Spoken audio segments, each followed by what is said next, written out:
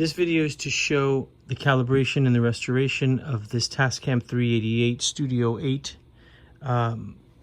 tape unit. This is serial number 810071884. I'm going to make a series of videos that are going to show the calibration that the machine is tip-top. I've already recapped the power supply, the real servo PCB. I've spot changed capacitors for power and audio throughout the channels as needed. Logic chips have been repaired or replaced. The heads have been polished. There's new belts on the unit. The transport has been calibrated. The meter, the TAC has been calibrated to be correct as well. I'm going to show right now the input calibration for the unit. So I am producing a 400 hertz tone that's coming into channel 1 here, and you can see on the meters as I turn it off here. I'll turn it off. The meters go down. So that's the input signal here, and that's on 1, right? And that's all bused to all the buses, so it shows up on all the meters across. So also the output, which is at the send in the back, is going to this VU meter. So let me show you first kind of what the input looks like. So as I adjust the gain, I can move the meters, right? And I've set the left and right into their unity area, as well as the stereo in the unity area, in the gray kind of area there between 7 and 8.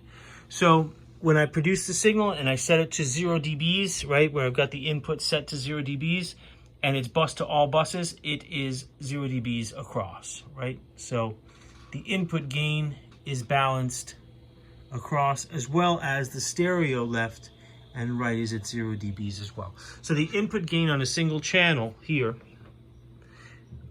moves together. You see, they all move together. And they are all calibrated, so when one is at 0, they are all at 0, right? So the input is set. And the output coming out of the send, this unit is minus 10 dBs. So what you get, and I can adjust the gain here, and you can see, you can see that meter also moving.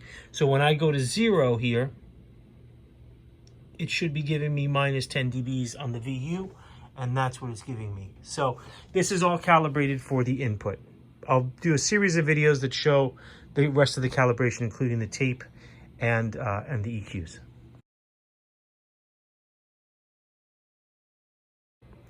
Okay, now this is the azimuth set. So I've made the adjustment here, and we're going to hear the rough azimuth set and the fine azimuth set. So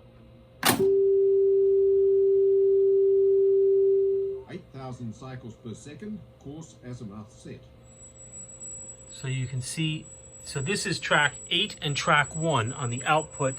Here's track 8 and here's track 1 into the unit. So both of these have to be aligned so that the head is seeing in phase on track 1 and track 8. If you get them aligned, then you are in phase. 15,000 cycles per second, fine azimuth set.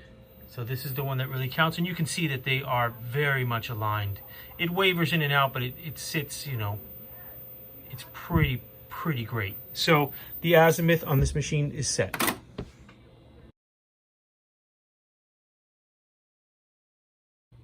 This is the repro frequency calibration.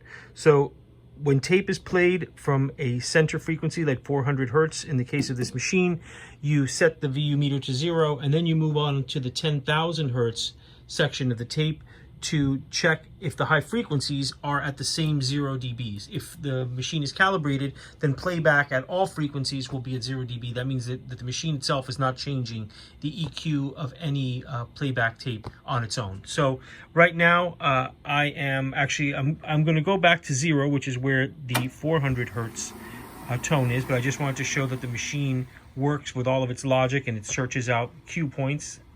Right, so this should be the 400 hertz, and we are going to see on the meter, this meter, that we're going to be at 0, and that's going to be our reference. That's going to be our reference tone, and there it is, 0 dBs, and that's where all the channels are set to 0 dBs on the reference tone.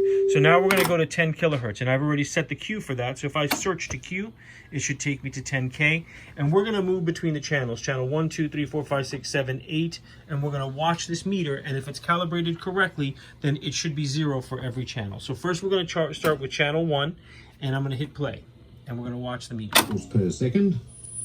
Okay, that's 10K, right? That's channel 1. We're going to move to channel 2, and that's channel 2, and channel 3, and that's channel 3, and channel 4.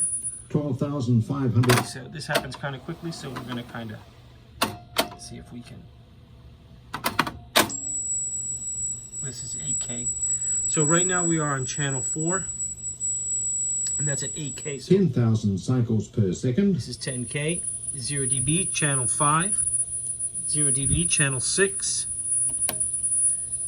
0 dB, channel 7, 0 dB. 12,000. And then channel 8, 10,000 cycles per second. 0 dB.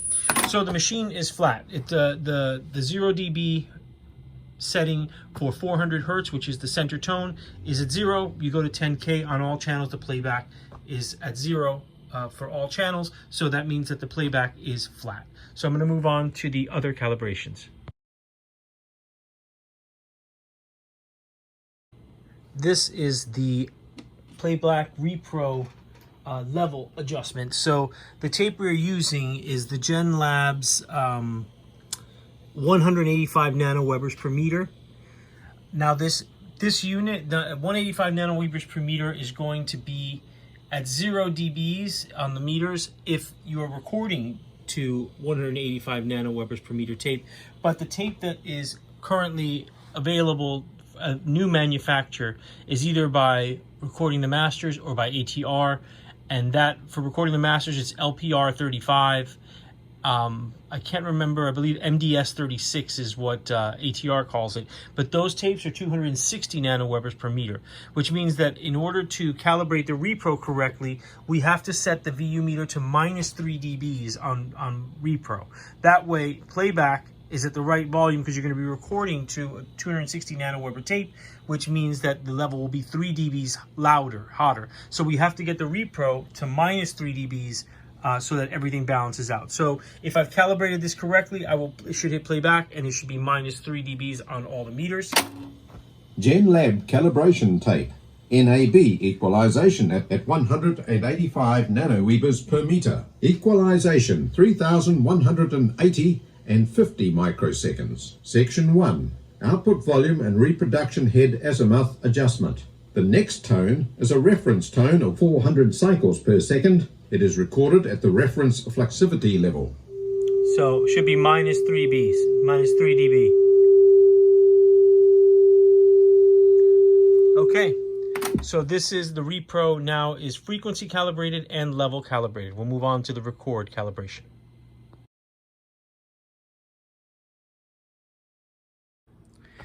And this is the record calibration. So this deck has been calibrated to 260 nanowebers per meter tape, like this tape. This is in modern production, recording the masters. It is LPR 35, 1800 feet. So this is still available and affordable. And so the machine is going to cal to that, just so that, because older tape has to be baked and it kind of can become a hassle. This way all recordings can be done on tape that is known to be good, and 260 nanowebers is a pretty standard. It's +3, I want to say, tape. So it should be good for all kinds. 407, Ampex Quantigy 407 is the same. So how this works is I'm going to produce 2 tones. I'm going to produce a 400 hertz tone and a 10K hertz tone. I'm going to record both tones onto the tape, and if the record bias and equalization is correct, it should be 0 the whole time. So I've armed tracks 1 through 8, and they are blinking. I'm going to produce 400 hertz from my DAW here, right? And now it's on the meters coming in, right? And you can see that I can control it by adjusting the fader here. See, so up and down. So that's the input. So I'm going to get them all to 0. And now I'm going to hit record. We're at 0 here. So there we go, we are recording. And we're going to record about 10 seconds, and then we're going to change to 10K. So that was at the 16-second mark. I'm going to let that run for about 15 seconds.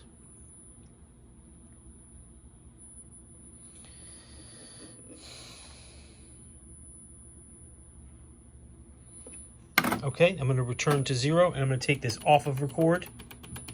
So now this is going to be playing back. I'm going to turn off my tones. And so now when I play back, there is our signal. 0, 0, 0, 0. Now that is going to be, that's the 400 hertz tone. So that's our bass tone. So this is telling us that it is, the record calibrate is correct. Now here's 10K. And there it is. It's 0, 0, 0, 0. 0, 0, 0, and 0. So it is, the frequency response in record and playback is correct. The azimuth is set. It's been recapped. It's been calibrated. It's got brand new belts. So the whole machine is, as far as the record and repro, is done. I've got 2 more videos I'm going to make, one to show the EQs and one to show the transport.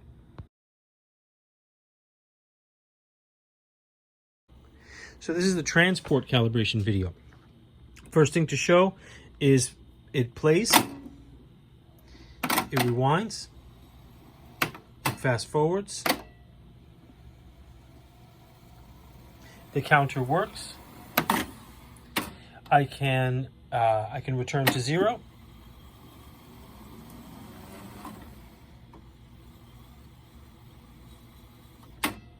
I can fast forward and set a cue.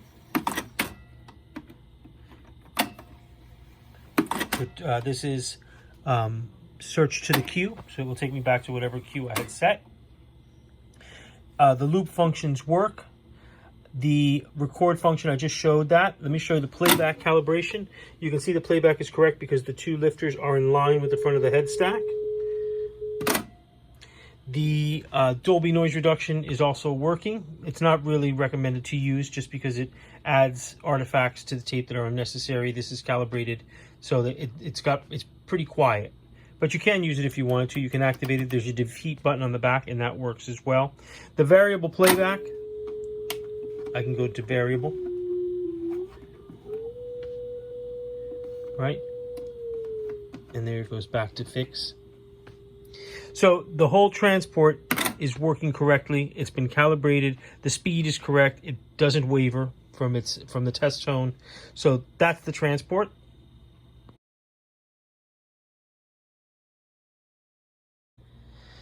Okay, so this is to show that the EQs are all working. I'm going to send pink noise through the system, and we're going to see it on the screen as we move through each channel.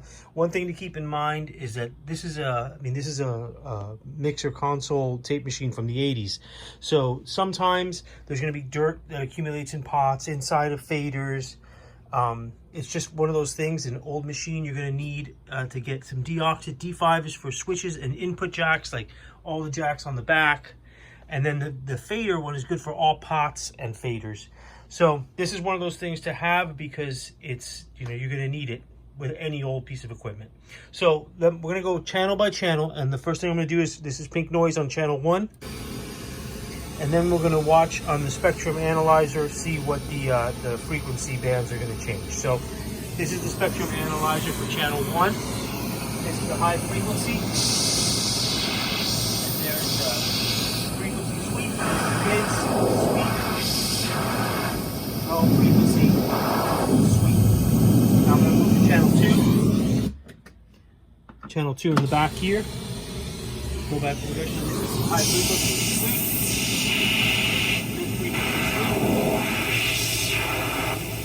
Low frequency. Move to channel 3. Okay, high frequency sweep. Mid frequency sweep. Low frequency sweep. Channel 4. High frequency sweep. Mid frequency sweep. Low frequency. Now, just to note, I'm going from line inputs. All the other measurements that we've seen before were done with the mic input. So this is also showing that all the line inputs are working. So this is channel 5. High frequency.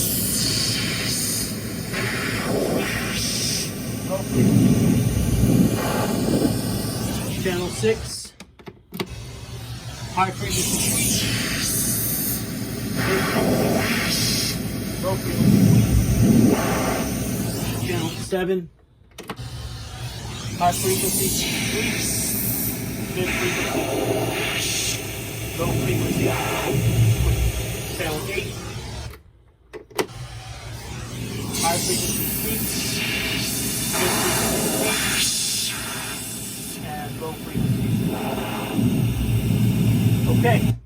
So the entire console, every EQ point, every channel, every input, the tape machine, the transport, the recap on the power supply, the new belts, the whole machine is calibrated. This thing is tip-top. All the lights are working. Had to get, some of them had blown, so all the bulbs are now working. The tape transport is running great. Counter works. All the functions work. All the buses work. The program outs work.